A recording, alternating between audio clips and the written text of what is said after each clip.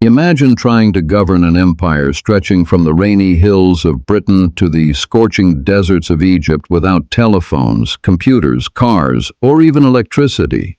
No satellites, no internet, no instant communication. Yet over 2,000 years ago, Rome did exactly that. For centuries, a single government ruled more than 60 million people spread across 3 continents, different languages, different cultures, different religions. Somehow they all remained connected under one empire. Everything began with one small city. Around the 8th century BC, Rome was little more than a settlement on the banks of the Tiber River in central Italy. It wasn't the richest city, it wasn't the largest. Surrounded by rivals, Rome learned to survive by adapting, improving, and refusing to give up. Instead of remaining a small city-state, Rome steadily expanded across the Italian peninsula, growing stronger with every generation. What made Rome different wasn't simply its ability to conquer. It was what happened after the fighting ended. Rome built roads, founded colonies, encouraged trade, and created alliances.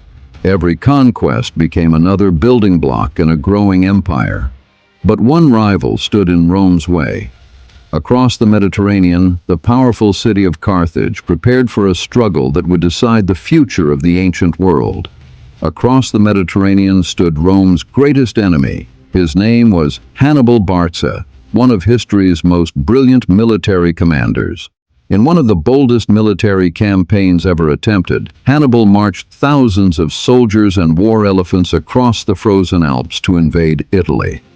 At the Battle of Cannae, Hannibal surrounded and annihilated one of the largest Roman armies ever assembled. It was one of the greatest military disasters in Roman history.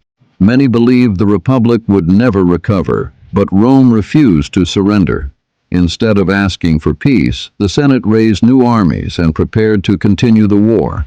New weapons were forged. More soldiers were recruited.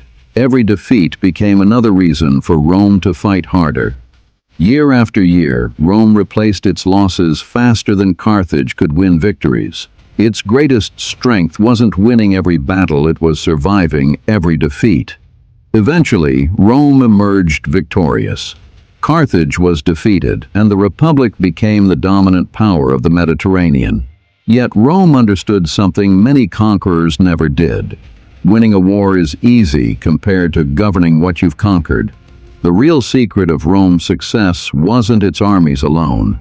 It was an extraordinary system that connected people, provinces, trade, and government into one empire unlike anything the ancient world had ever seen. Rome's empire wasn't protected by temporary militias. It was defended by one of history's first professional standing armies.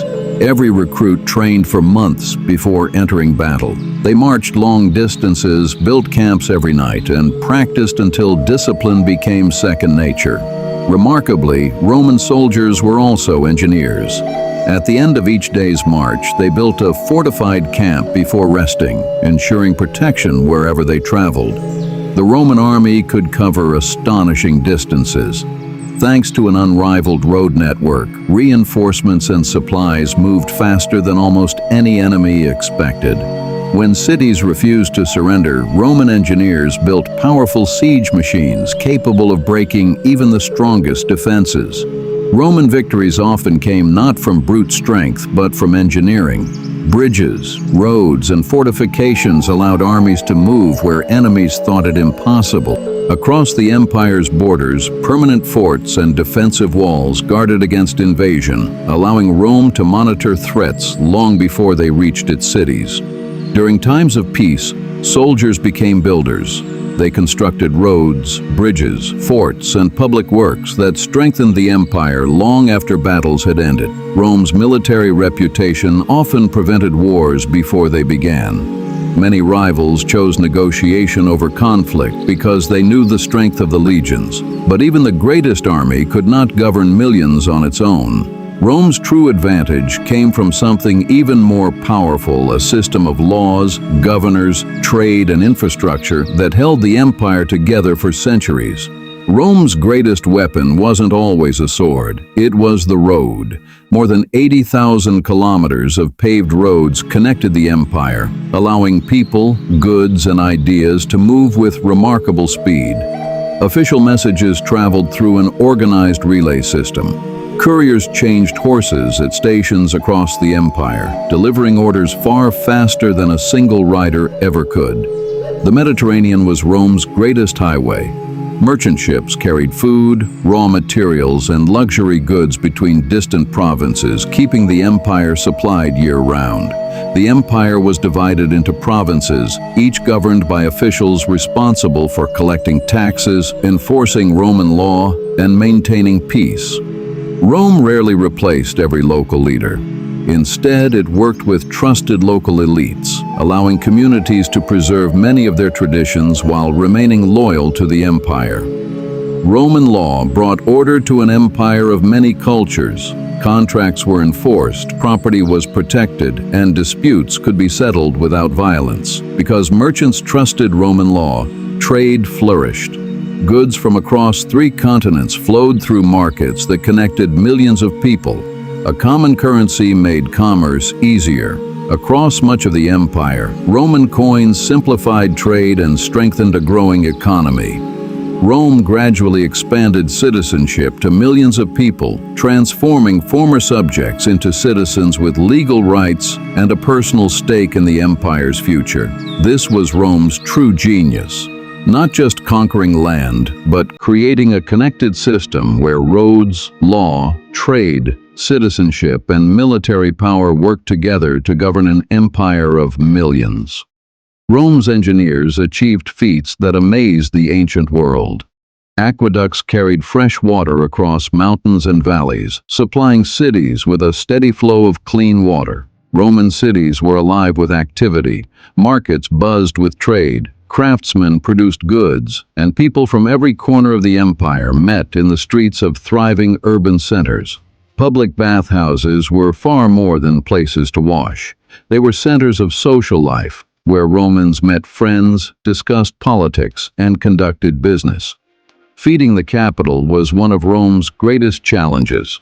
Grain from Egypt and North Africa arrived by sea, ensuring that hundreds of thousands of people in Rome had food each day. Trade connected every province. Olive oil from Hispania, wine from Gaul, spices from the east, and grain from Egypt flowed through an economy unlike anything the ancient world had seen. Taxes funded the empire. They paid soldiers, repaired roads, built aqueducts, maintained ports, and kept the machinery of government running across 3 continents. For many people, Roman rule offered something precious: stability. Safe roads, reliable laws, and thriving trade often brought greater security than the conflicts that had come before. Yet Rome never relied on goodwill alone. When rebellions threatened the empire, the legions acted swiftly to restore order and discourage future uprisings. But no empire lasts forever. Over time, political instability, economic pressure, and growing military threats began to weaken the foundations of Roman power. The system that had ruled millions for centuries was about to face its greatest test. The question was no longer whether Rome could conquer the world, but whether it could continue holding it together.